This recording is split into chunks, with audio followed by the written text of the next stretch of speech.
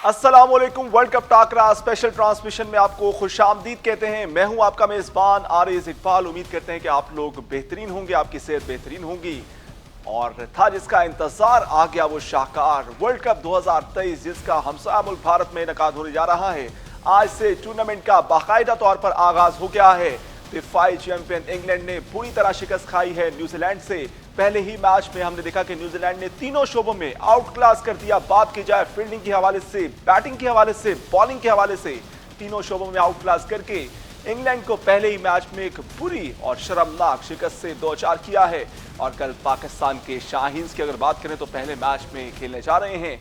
तैयारियां कैसी हैं, इसी पर बात करने के लिए दो मेहमान हमारे साथ मौजूद हैं। सो उनसे आपका तारुफ करवाते हैं। सबसे पहली मेहमान हमारे साथ मरियम शेख मौजूद हैं, जो कि हमारी साथी एंकर भी हैं। Mariam, welcome to our show. Mariam से स्टार्ट करते हैं। मरियम, पहला मैच और इंग्लैंड को बुरी शिकस्त, फेवरेट कहला रही थी, लेकिन आज मैच में क्या हुआ? बिल्कुल अरेज, आपने बिल्कुल बजा फरमाया, क्योंकि जिस तरह से आपने कहा कि इस घड़ी का जो है बेताबी से इंतजार था सबको, और ये बहुत बड़ा इवेंट है। और सबसे अहम बात इसमें यह है कि इंडिया इसको जो है वो उसकी मेज़बानी कर रहा है। लेकिन इंग्लैंड की जहाँ तक हारने की बात है, बहुत मायूस किया इंग्लैंड ने आज की परफॉर्मेंस से। उसकी परफॉर्मेंस को देख के कोई भी जो है वो एक्सपेक्ट नहीं कर रहा था कि जो इंग्लैंड है वो सिर्फ 282 रन बना पाएगी। तो सबने सोचा हुआ था कि कम से कम इंडिया जो है वो 300 से ऊपर स्कोर करेगी। देखिए, पाकिस्तान ने भी 350 ऑलमोस्ट चेज कर लिया था ऑस्ट्रेलिया के खिलाफ। न्यूजीलैंड ने बड़ा अच्छा स्कोर दिया था। इसी तरह जो रिदम चल रहा है इस वक्त, जो आपका बड़ा अच्छा टाकरा चल सकता है दोनों टीमों का, तो 350 प्लस पे ही है। 350 ब्लो आता है या 300 से ब्लो आता है, तो आप एक्सपेक्ट कर लें कि आप वो मैच जीत नहीं सकते। इंग्लैंड की अगर बात करें तो उसमें कुछ छोटे नाम नहीं है, बहुत बड़े नाम। दो रूट के अलावा कोई भी बैट्समैन उस तरह से चल नहीं पाया। हैरी ब्रूक की बात करें, लिविंगस्टन की बात करें, बटलर के हवाले से बात करें, और मोइन अली, जिस तरह से उनकी बैकबोन कहलाती है। इंग्लैंड के हवाले से कहा जाता है कि इनकी टीम बहुत ही स्ट्रॉन्ग है, टूर्नामेंट में स्ट्रॉन्ग नजर आती है, लेकिन स्टार्ट उस तरह से नहीं था। हाँ, स्टार्ट उन्होंने उस तरह नहीं लिया, क्योंकि जो आपका इनिशियल ओवर्स थे उसमें आपका स्कोर बहुत अच्छा नहीं था। 65 टर्नओवर्स में था, तो विकेट उन्होंने एक दो मिस कर दी हुई थी उनमें। लेकिन उसके बाद से जो बाकी मिडल बैट्समैन जो आए थे, उनको चाहिए था कि वो रिस्पॉन्सिबल होकर बैटिंग करते, ताकि स्कोर जो है वो चेज करता। अतीक वाली बात, इतना अच्छा नहीं था इनका स्टार्ट भी, क्योंकि देखे ना कि 92 इनके स्कोर्स थे और उसमें 3 विकेटें ये लोग दे चुके थे। और सबसे मजे की बात आज के मैच में ये थी अतीक कि सब खिलाड़ी जो हैं वो 5 से 6 खिलाड़ी जो हैं वो कैच आउट हुए हैं। 7 खिलाड़ी कैच आउट हुए हैं। सारे के सारे कैच आउट इसलिए हुए हैं क्योंकि वो चाह रहे थे कि हम लंबा खेलें, लेकिन लंबा खेलने के लिए उनको चाहिए था कि थोड़ा पावर हिट करते। ग्राउंड था वो 70 मीटर का था, छोटा ग्राउंड नहीं था। ये बहुत बड़ा फैक्टर है 70 मीटर वाला, क्योंकि आईसीसी ने कुछ ही दिनों पहले ही बयान दिया कि 70 मीटर से ज्यादा आपकी बाउंड्री होनी चाहिए। क्योंकि इंडिया में अमूमी तौर पर कहा जाता है कि छोटी बाउंड्रीज होती हैं। सो आईसीसी ने इस हवाले से दिया। पिच के हवाले से इंडिया में 60-65 के राउंड बोर्ड बाउंड्रीज होती हैं। इस वक्त 70 मीटर की थी, तो बैट्समैन उस हिसाब से खेलते तो शायद स्ट्रोंग अच्छा लगा सकते थे। लेकिन उन्होंने टाइमिंग के साथ खेलने की कोशिश किया कि हमारा बॉल जो है वो बाहर चला जाएगा, लेकिन ग्राउंड में ही बोल रहे हैं सारे, और सारे कर रहे थे। लेकिन वो पिच की वजह से, ग्राउंड बड़ा होने की वजह से वो जो है निशाना उनका नहीं बांधा, कहा जा सकता है कि बैट्समैन जितने थे वो सारे एक्सपीरियंस्ड बॉलर बैट्समैन थे। और इंग्लैंड की टीम एक सरप्राइजिंग एक एलिमेंट रखती है। आज वो स्पार्क नजर नहीं आया उस टीम में, क्योंकि जितनी लास्ट सीजन्स में और जो लास्ट ट्रॉफी में खेला है उन्होंने इंग्लैंड ने, आज ये एक्सपेक्ट किया जा रहा था कि उनके लिए 350 स्कोर देना कोई मुश्किल बात नहीं थी, लेकिन कोई भी विकेट पे टिक नहीं सका। उसकी वजह एक जो मैं समझता हूं कि जो केन विलियमसन जो कैप्टन है, वो इतने सक्सेसफुल कैप्टन है कि उन्होंने जो बॉलिंग जो अपनी अटैक करवाया था वो बैट्समैन के अकॉर्डिंगली रखा हुआ था। आज टॉम लैथम कप्तान थे। तो एक इतने कंपोज्ड बैट्समैन है कि उन्होंने अपनी पूरी टीम के साथ बड़ा एक अच्छा कनेक्शन रखा होता है। एज ए कीपर जब वो खेल रहे थे, उन्होंने पूरी टीम को एंगेज रखा होता अपने साथ। केन विलियमसन की ही वो स्ट्रेटेजी को अपना रहे थे। केन विलियमसन क्योंकि वो एक बड़े सक्सेसफुल रहे हैं हमेशा से ही कैप्टन, तो उन्होंने स्ट्रेटेजी जो अपनाई हुई थी वो नजर आ रही थी कि उन्होंने स्ट्रेटेजी अपनाई है, लाई नहीं गई। बिल्कुल। जब भी आज का अगर मैच को मद्देनजर रखा जाए तो ये कहना गलत नहीं होगा कि इंग्लैंड का स्टार्ट अच्छा नहीं हुआ, जैसा कि एक्सपेक्ट किया जा रहा था, जैसा कि उनसे उम्मीदें बांध ली थी। वही आपको, जैसे कि हम लोग पहले भी कह चुके हैं कि सबको था कि यार बहुत भी कम रन मारा ना तो 350 का टारगेट। लेकिन देखिए, इस मैच में सबसे मजे की बात यह है कि ये न्यूजीलैंड ने ये बताया है कि मिडिल ओवर्स में अगर विकेट ले ली जाए तो कोई भी टीम को 300 से तक जो है वो पकड़ा जा सकता है। क्योंकि वार्म अप मैचेस में देखा है ना कि हमारे मिडिल ओवर्स में विकेट नहीं मिलती थी तो स्कोर 350 जाता है। और जब आप मिडल ओवर्स में विकेट 3 से 4 निकाल लेते हैं तो बैटिंग लाइनअप में थोड़ी सी लड़खड़ाहट आ जाती है और जो बैट्समैन होते हैं थोड़ा सा अंडर प्रेशर भी आ जाते हैं। तो इस वजह से जो उनका स्कोर था 282 हुआ है, लेकिन अदरवाइज अगर उनका मिडल बैट्समैन अगर स्कोर कर जाते, विकेट ना देते, तो ये स्कोर अच्छा जा सकता। अच्छा, इंडिया में अमूमी तौर पर कहा जाता है कि बैटिंग पिचेस बनाई जाती हैं और आईसीसी का गुज़िश्ता रोज़ बयान भी आया था कि पिचेस बोथ साइडेड जो सपोर्टिव होनी चाहिए, बॉलर को भी सपोर्ट करें, बैट्समैन को भी। लेकिन आज पिच ने बिल्कुल ही मुख्तलिफ रिएक्ट किया है। हमने देखा है कि स्पिनर्स को काफ़ी हेल्प मिल रही थी मिडल ओवर्स में, जिस तरह आपने बात किया कि उन्होंने काफ़ी बैट्समैन को महदूद रखा, उस तरह से नहीं खेलने दिया कि वो किसी टाइम भी न्यूजीलैंड के हाथ से मैच निकले। तो अब दूसरी तरफ अगर हम बात करें पाकिस्तान और ऑस्ट्रेलिया का जो मैच हुआ वार्म अप का, इसी तरह हमने न्यूजीलैंड के साथ खेला। न्यूजीलैंड को तो हमने एक अच्छा हदफ भी दे दिया था। जब टारगेट पाकिस्तान ने 350 के तकरीबन दिया तो हमने ये सोचा कि पाकिस्तान के बॉलर्स की इतनी स्ट्रेंथ है कि ये आराम से मैच को बचा सकते हैं, लेकिन हम नहीं बचा सके। उसकी वजह भी ये था कि हमें मिडल ओवर्स में विकेट ही नहीं मिली। मिडल ओवर्स में शादाब था, नवाज था, उनको चाहिए था कि 2 से 3 विकेट्स निकालते तो वो हमारा मैच हमारा। अब ये गलतियां जो है वो हमें अपने जो हमारे फाइनल मैचेस जो हमारी बेस बनी है, शाहीन से हम स्टार्ट लेते हैं, ठीक है, नसीम शाह का इंजर्ड होना एक बहुत बड़ा लॉस है पाकिस्तान टीम के लिए, उसको हम किसी को भी लाके पूर्ण नहीं कर सकते, ये बात तो दुरुस्त है। लेकिन जो शाहीन की जिम्मेदारी है, जो हारिस रऊफ की जिम्मेदारी, शाहीन को रेस्ट करवाया गया, हारिस रऊफ उस तरह से उस पाक में नजर नहीं आ रहे।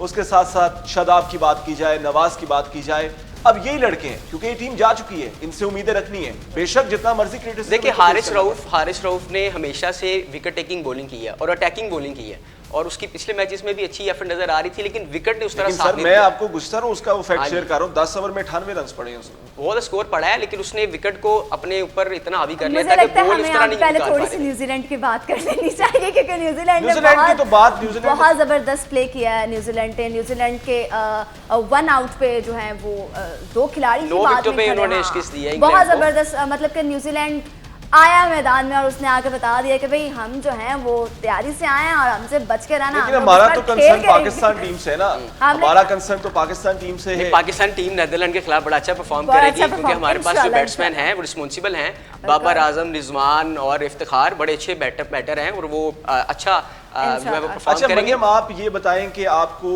कहाँ पे लग रहा है कि हम कहाँ पे लैग करें? 2 मैचेस की हमने परफॉर्मेंस देखी है, एक मैच बड़ा करीब आके हमारे बिल्कुल ऐसा ही है, न्यूजीलैंड के भी ऐसे ही था, बड़ा क्लोज मैच किया। कहाँ पे लैग कर रही है पाकिस्तान टीम? यही टीम को आप 2-3 महीने पीछे चल जाए, पाकिस्तान टीम नंबर 1 भी थी, हमारी टीम एक वो कहते हैं ना यकजा एक टीम नजर आ रही थी, लेकिन अब उस तरह से वो करंट नजर नहीं आ रहा, वो स्पार्क नजर नहीं आ रहा, वो पॉजिटिव इंटेंट नजर नहीं आ रहा। मुझे लगता है रईस, जहाँ तक स्पार्क की आप बात कर रहे हैं तो इंडिया और पाकिस्तान की अगर बात की जाए तो इन दोनों ममालिक में बहुत ज़्यादा तकरार रहती है ना, तो हमारी जो पब्लिक है हमारी टीम्स को प्रेशराइज कर देती है। इंसान प्रेशर ही इतना ले लेता है क्योंकि कहते हैं ना कि यहाँ बैठ के कैमरे के बाहर वाले जो लोग परफॉर्म कर रहे होते हैं उन पे कमेंट करना बहुत इजी होता है ऑफ कैमरा बैठ के, लेकिन जब आप मैदान में होते हो, जब आप मैदान में होते हैं, जब आप परफॉर्म कर रहे होते हैं तो वो बंदा बेहतर जानता है कि उस पर कितना प्रेशर है। तो मुझे लगता है कि अभी वार्म अप मैचेस में हमारी टीम जो है वो थोड़ी सी प्रेशराइज थी क्योंकि 7 साल बाद हम इंडिया में गए, पहली बार फर्स्ट एक्सपीरियंस था वहाँ पर उनकी पिचेस पे खेलना, लेकिन फेमिलियर है सारे प्लेयर्स वो, क्योंकि हमारी पाकिस्तान की, इंडिया की और जो हमारी एशियन पिचेस हैं वो उसमें कुछ ज्यादा डिफरेंस नहीं है क्योंकि उनके लिए ज्यादा खेलना। हाँ वो बात है ना, लेकिन कब तक हम प्रेशर के हवाले से बात करते रहेंगे?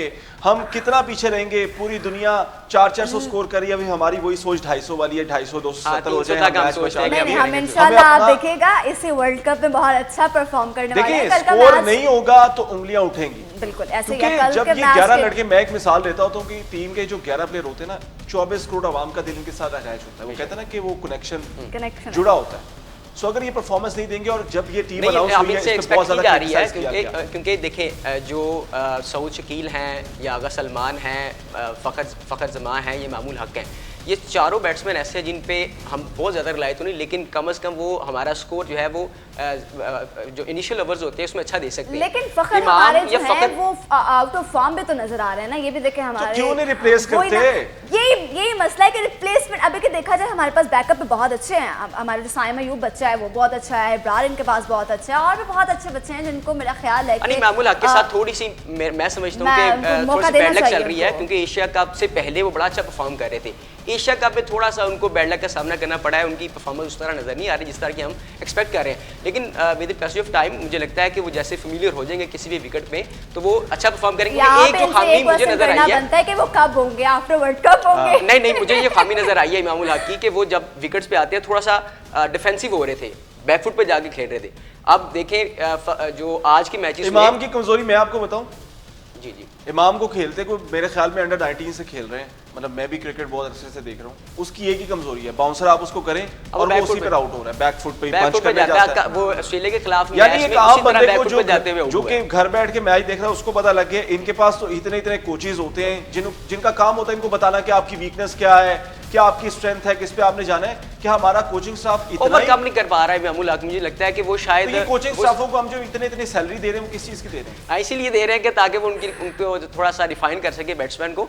अब देखिए जो फखर जमान है वो भी उस तरह मुझे लगता है कि मेरे जो को एंकर्स हैं, मेरे साथी हैं, वो बहुत ज्यादा डिसहार्ट हुए हैं पाकिस्तानी टीम से, लेकिन इंशाल्लाह वर्ल्ड कप डिसहार्ट नहीं है मुझे लगता है गलतियां बड़ी होती हैं, लेकिन जब बात आती है ना तो सबसे ज्यादा क्रिटिसाइज भी यही करती हैं। सो हम फैक्ट्स पर बात कर रहे हैं क्योंकि पहले एक चीज बात, अभी रिसेंटली पाकिस्तान कितने मुश्किल हालात से गुजर है सबको पता है, लेकिन जो हमारे प्लेयर्स हैं, हम अगर बाकी स्पोर्ट्स की बात करते हैं ना तो वो काफी मुश्किलात का शिकार हैं। यानी उन प्लेयर्स को आप इमेजिन नहीं कर सकते कि उनके पास रोजाना खाने पीने के पैसे भी हैं कि नहीं है, लेकिन जो हमारे क्रिकेटर्स हैं इनको एक पुरतायूं जिंदगी फराहम की जाती है। अभी रिसेंटली 202% इजाफा किया गया है, 150% डी कैटेगरी के प्लेयर्स की सैलरीज में इजाफा किया गया है, यानी हर तरह से फैसिलिटेट किया जा रहा है। तो जब ये कारकर्दगी नहीं दिखाएंगे तो ये अवाम जो कि अपना पेड काट के इनको पैसे दे रहे हैं, हम अपने अरब टैक्स से पैसा अदा कर रहे हैं ना, तो अब उंगलियां तो उठेंगी। नहीं, मैं समझता हूँ कि ये चीफ सिलेक्टर का काम था कि इंजमामुल हक ने जिस तरह टीम को सिलेक्ट किया ना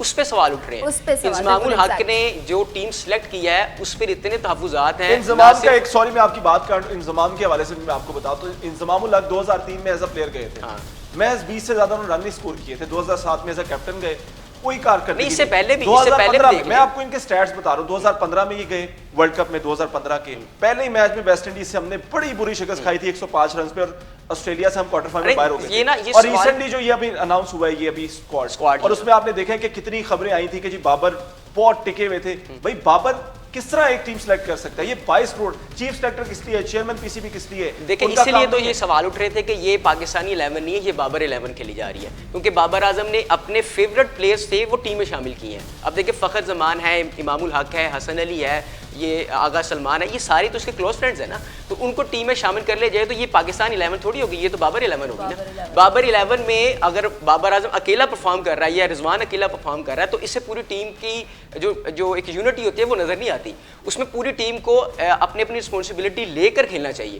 अब देखिए हारिस रऊफ है, हारिस रऊफ अगर अच्छे विकेट्स ले लेता है इनिशियल ओवर्स में, वो आपको अच्छा जो है प्रेशर डालता है, लेकिन उसके बाद जब आप बैटिंग की बारी आए और उस वक्त कोई बैट्समैन उस तरह रिस्पॉन्सिबिलिटी के साथ प्ले ना परफॉर्म कर सके तो क्या फायदा उसका हारिस रऊफ की इतनी मेहनत का। तो इसीलिए बाकी जो बैट्समैन है उसको चाहिए कि अपनी टीम के साथ टीम को लेकर चले, ये थोड़ी होता है कि आप अकेले बाबर आजम पर रिलाई करें सिर्फ। बिल्कुल ठीक है। और अगर हम बात करते हैं वैसी खवातीन, आप मतलब माशाल्लाह बड़े अच्छी आपके क्रिकेट में नजर है, कीन निगाह आप रखती हैं, आप क्या समझती हैं कि ये जो पिछले दिनों इख्तलाफात की खबरें आ रही थी कि जो मीटिंग हुई चेयरमैन पीसीबी की, डायरेक्टर की, उसमें बाबर बज़िद थे कि मैंने इसी टीम के साथ जाना है, हालांकि पूरी कौम इमाद वसीम के हवाले से बात हुई थी, सरफराज अहमद के हवाले से बात हुई थी, लेकिन उन्होंने बिल्कुल सब चीजों को साइड पे कर दिया। ऐसी क्या नौबत आ गई, ऐसी क्या दोस्ती यारियां बन गई हैं कि ये एक टीम एक बंदे पे रिलाय कर रही है? यही तो मसला है इनका, जैसा कि अतीक ने भी कहा कि ये फिर आपने भी कहा कि ये फिर बाबर 11 हो जाए तो बेहतर है, लेकिन मुझे लगता है कि यहाँ पर जो हम आप जैसे आपने पहले भी कहा कि जो सीनियर हैं, जो इन पर सिलेक्टिव हैं, जो कमेटी के मेंबर्स हैं, उन पे डिनाई करना चाहिए, उनको फैसला करना चाहिए कि कौन हमारे साथ चलेगा और कौन नहीं चलेगा। ठीक है, फैसला तो सूरत में होगा ना जब अपनी जगह पर ठीक है, कप्तान अपनी जगह ठीक है, वो अपनी टीम को अच्छे तरीके से लेकर चल रहे हैं, वो उनकी कहने के एक अच्छी बात है, अच्छी आदत है। लेकिन देखिए ना बाबर के अमाद के साथ नहीं बनती, आप पर्सनल लाइफ में बाबर की अमाद के अलावा उसकी मेरा क्वेश्चन ये था मैनेजमेंट के साथ यहाँ पे अब चलने वाली नहीं है, आपकी नहीं बनती, ये कंसर्न नहीं है, ये चलती किसकी, ये मेन पॉइंट है कि देखें बाबर आजम है, अगर चेयरमैन पीसीबी की नहीं चलती या चीफ सेलेक्टर की नहीं चलती तो फिर अगर बाबर आजम की चल रही है तो इसका मतलब है कि हमारे मैनेजमेंट में कहीं ना कहीं खामियां हैं। हम देखें सऊद शकील को किस लिए शामिल कर रहे हैं, इसलिए कि हम कराची को खुश कर सकें, कराची माफिया को। सरफराज अहमद का नाम आ रहा था, वो एक्सपीरियंस बैट्समैन था। अगर हसन अली को इस बेस पे लिया है कि वो एक्सपीरियंस है, तो सऊद शकील को किस बेस पे लिया है, ये सवाल तो अभी हम आएंगे उस पर बड़ी डिटेल में। बल्कि हसन अली का आपने पॉइंट उठाया, मैं आपको उसके हवाले से कारकर्दगी उसकी शेयर कर दूं। इंतजाम ने जब टीम अनाउंस की तो उन्होंने कहा एक्सपीरियंस की बिना पर उनको शामिल किया गया। जमान खान को रिजर्व में डाल दिया गया। भाई एक्सपीरियंस का हमने क्या करना है, एक बंदा परफॉर्म कर रहा है, उसकी क्या गलती है कि अगर उसने इतने कम मैचेस खेले और उसमें उसकी एक्स्ट्रा ऑर्डिनरी परफॉर्मेंस है। और हसन अली जो कि मेरा ख्याल है कि 2017 के बाद उनकी कोई खातिर खा परफॉर्मेंस नहीं है, किस बिना पे शामिल किया जाता है मुझे आज तक नहीं समझ आया। अभी रिसेंट उन्होंने जो कप का पाकिस्तान कप का जिक्र किया कि उसकी बिना पर 40वें नंबर पे वो आए, किस कारकर्दगी की डेफिनेटली यही तो क्वेश्चन उठ रहे हैं कि वो जो टीम सेलेक्ट की गई है वो किस बेस पे की गई है, ये अभी तक सवालिया निशान है इस पे कि आपने कुछ प्लेयर्स को इसलिए सेलेक्ट किया कि वो सीनियर हैं, कुछ को इसलिए किया है कि वो हमारे फेवरेट हैं। तो ये टीम को अगर फेवरेटिज्म पे या अगर आप परफॉर्मेंस बेस पे ले रहे हैं तो फिर एक्सपीरियंस बेस पे ले रहे हैं, मेरा तो इसमें फर्क आता है। सॉरी टू इंटरप्ट, मेरा ख्याल है कि टीम सेलेक्ट हो गई, जो होना था हो गया। जिसके भी फेवर में बात की उसको एक साइड पर रख के हमें ये अब बात कर लेनी चाहिए कि अब पाकिस्तान वर्ल्ड कप पे परफॉर्म देखें। बात की आपने, अगर कोई बंदा अपनी मर्जी से टीम लेकर जा रहा है वो फिर इसको एक्सेप्ट भी करे। या पाकिस्तान का कल्चर क्या है, या तो जब टूर्नामेंट से आप बाहर होते हैं ना तो इनकी फ्लाइट्स कहीं से कहीं निकल जाती हैं, कोई चाइना निकल जाता है, कोई दुबई निकल जाता है, कराची आ रहा है, इस्लामाबाद, ये यहाँ पर आते नहीं है, यहाँ पर फेस करने का हौसला रखें ना। ऐसे ही लेकिन देखते हैं कि कल का मैच इंशाल्लाह कल के मैच अब तो जाहिर बात है हमारी टीम चली गई है, अब तो हमने उम्मीदें रखनी है और इसी टीम पर रिलाई करके अपने पाकिस्तान को world class player, no doubt. कोई कारकर्दगी पे उसकी अगर हम बात करें सेल्फ कारकर्दगी पे तो कोई शक नहीं है, उसके इंडिविजुअल बहुत बेहतरीन परफॉर्मेंस है, लेकिन कप्तानी पे उनके बहुत से सवालात उठ रहे हैं और उनको जवाबदेह होना पड़ेगा। अगर अल्लाह ना करे आपकी परफॉर्मेंस नहीं होती तो आपको अपनी परफॉर्मेंस के साथ साथ एज अ कैप्टन भी, क्योंकि ये वर्ल्ड कप भारत में हो रहा है, इंग्लैंड में नहीं हो रहा, न्यूजीलैंड में नहीं हो रहा, एज अ बहुत से सवाल उठाए जाएंगे। और मेरा ख्याल है कि अगर इस दफा उनकी तरफ से कोई भी कप्तानी में कारकर्दगी ना आई तो हटाया जा सकता है। लेकिन देखिए जो चीफ सेलेक्टर थे उन्होंने यही कहा था कि ये वर्ल्ड कप तक बाबर आजम कप्तान रहेंगे, उसके बाद क्या फैसला करते हैं ये डिपेंड करता है सिचुएशन पे। चले जी अब हम कल के मैच पे आते हैं। जिस तरह मरियम ने कहा कि अब हमें उम्मीदें रखनी है, पॉजिटिविटी की तरफ आते हैं, वाकई पॉजिटिविटी की तरफ आना चाहिए। कल के मैच को आप किस तरह देख रही हैं स्टार्टिंग फ्रॉम मरियम? मैं तो इंशाल्लाह पॉजिटिव देख रही हूँ। मुझे लगता है कि कल का मैच जो है हम नीदरलैंड के खिलाफ बहुत अच्छा परफॉर्म करेंगे, क्योंकि पहला मैच होता है तो आपको पता है हमारे बैट्समैन जो कप्तान बाबर आजम साहब वो चल पड़ते हैं, ये छक्के ये चौके, लेकिन दूसरे मैचेस में आके उनकी जो पोजीशन है वो डाउन होना शुरू हो जाती है। लेकिन ओवरऑल बात की जाए तो मुझे लगता है कि कल का मैच हम लोग बहुत अच्छा आप बताएं कि हमने हमेशा देखा है अफगानिस्तान के साथ मैच हो, बांग्लादेश के साथ मैच हो, हम फंस जाते हैं। बड़ी टीम से चाहे जीते तुक्का शुक्का लग जाता है, लेकिन जब छोटी टीम के साथ मैच होता है तब फंस जाते हैं। तो क्या लग रहा है कल के मैच में डिपेंड करता है स्ट्रेटेजी कि हमारी जो पूरे मैचेस में स्ट्रेटेजी है वो किस तरह चलेगी। आप किसी एक बैट्समैन पर रिलाई नहीं कर सकते, आप ये नहीं कह सकते ये हार्ड हिटर है इस पर रिलाई करेंगे ये पूरा मैच लेके जाएगा। तो ये T20 नहीं है, हाँ ये T20 नहीं है, ये ODI है। ODI में हर वो बैट्समैन अच्छा होगा जो 50 स्कोर कर जाता है। जब आप 50 स्कोर कर जाते हैं तो आपको फिर गैप नजर आता है। लेकिन 50 स्कोर टीम के लिए करें ना, अपना इंडिविजुअल ना करें कि 70 लेकिन देखिए जब वो 50 करने उसका फायदा नहीं है। आप टीम के लिए खेलते हैं, डेफिनेटली जब आप टीम के लिए खेलते हैं तो आपकी इंडिविजुअल परफॉर्मेंस भी नजर आ रही होती है। तो टीम की परफॉर्मेंस को जहन में रख कर खेलना चाहिए, पिच में जाना चाहिए। अब इफ्तिखार है या बाबर आजम है, वो हमेशा से एक लॉन्ग और लंबी इनिंग खेलने के प्लेयर्स हैं, वो अच्छा खेलते हैं, हार्ड हिटर हैं। लेकिन ये नहीं कहा जा सकता कि सिर्फ बाबर खेले या इफ्तिखार खेले। सऊद शकील है, इमामुल हक है, फखर जमान है, इन तीनों को भी अपनी अच्छी परफॉर्मेंस टाइम थोड़ा है। कल हमें फुल स्ट्रेंथ के साथ जाना चाहिए, हारिस रऊफ, शाहीन शाह अफरीदी, हसन अली, इस स्ट्रेंथ के साथ जाना चाहिए। सिर्फ हम अपने बैटर्स को हमने देखा छोटी टीमें जो होती हैं उनके खिलाफ बाकी टीमें वो अपने फुल स्ट्रेंथ के साथ नहीं जाती। नहीं जाना चाहिए। मैं ये समझता हूँ कि फुल टीम के साथ जाने से एक तो जो प्लेयर्स जो प्लेइंग 11 का हिस्सा होंगे उनको एक तो एक अच्छी परफॉर्मेंस खेलने का मौका मिलेगा। वो 2 मैचेस खिलाए ना वो नजर नहीं आया। लेकिन प्लेइंग 11 के अलावा भी उन्होंने बाकी टीम को भी मौका दिया है जो रिजर्व में थे, जो उनको साथ लेके गए थे। इसमें यह है कि जो प्लेइंग 11 आपको थ्रोट चलनी है उनको खिलाया जाए ताकि वो अपनी टीम को देख सके, जान सके। अब देखिए बाबर आजम अगर मिडल ओवर्स में विकेट नहीं निकाल पाता ना, स्ट्रेटेजी में अगर आप चेंजिंग नहीं करते तो मेरा नहीं ख्याल कि अगर नीदरलैंड पहले बैटिंग करती है तो आप 300 स्कोर पे भी उनको रोक सकते हैं। नीदरलैंड की एक अच्छी टीम है, अगर वो क्वालिफाई करके टॉप 10 में आई है, इट मींस कि उसमें स्पार्क है, स्पार्क है, तो आप उसको इजी नहीं ले सकते। आप ये नहीं कह सकते कि नीदरलैंड को हराना पाकिस्तान के लिए बाहर का खेल होगा। अच्छा ठीक है, अब टफ टाइम देगी नीदरलैंड पाकिस्तान, टफ टाइम देगी। कितना 100 में से आप कितना रेट कर रही हैं पाकिस्तान नीदरलैंड को? 95 मेरे ख्याल से 80 to 85 अगर पाकिस्तान स्ट्रेटेजी के साथ बताना 85 15 80 करेंगे जी। 80-20 यस 80-20 कह रहा है ये अतीक मलिक साहब का, जो हमारे स्पोर्ट्स जर्नलिस्ट हैं, साथी एंकर कह रही है 95। उनका कॉन्फिडेंस वैसे ही शुरू से बड़ा हाई है और वो कहते हैं ना कि उम्मीदें बरकरार हैं। टीम अब चली गई है, बाबर जो कि फ़ख्र आज़म है, हमारी टीम के कप्तान है, 24 करोड़ आवाम के कप्तान हैं, उम्मीदें उनसे बरकरार हैं। उम्मीद करते हैं कि कल के मैच में पाकिस्तान टीम उसी स्पार्क, उसी करंट के साथ नजर आएगी जिस तरह से हम पिछले T20 वर्ल्ड कप खेलते हुए दिखाई दिए हैं।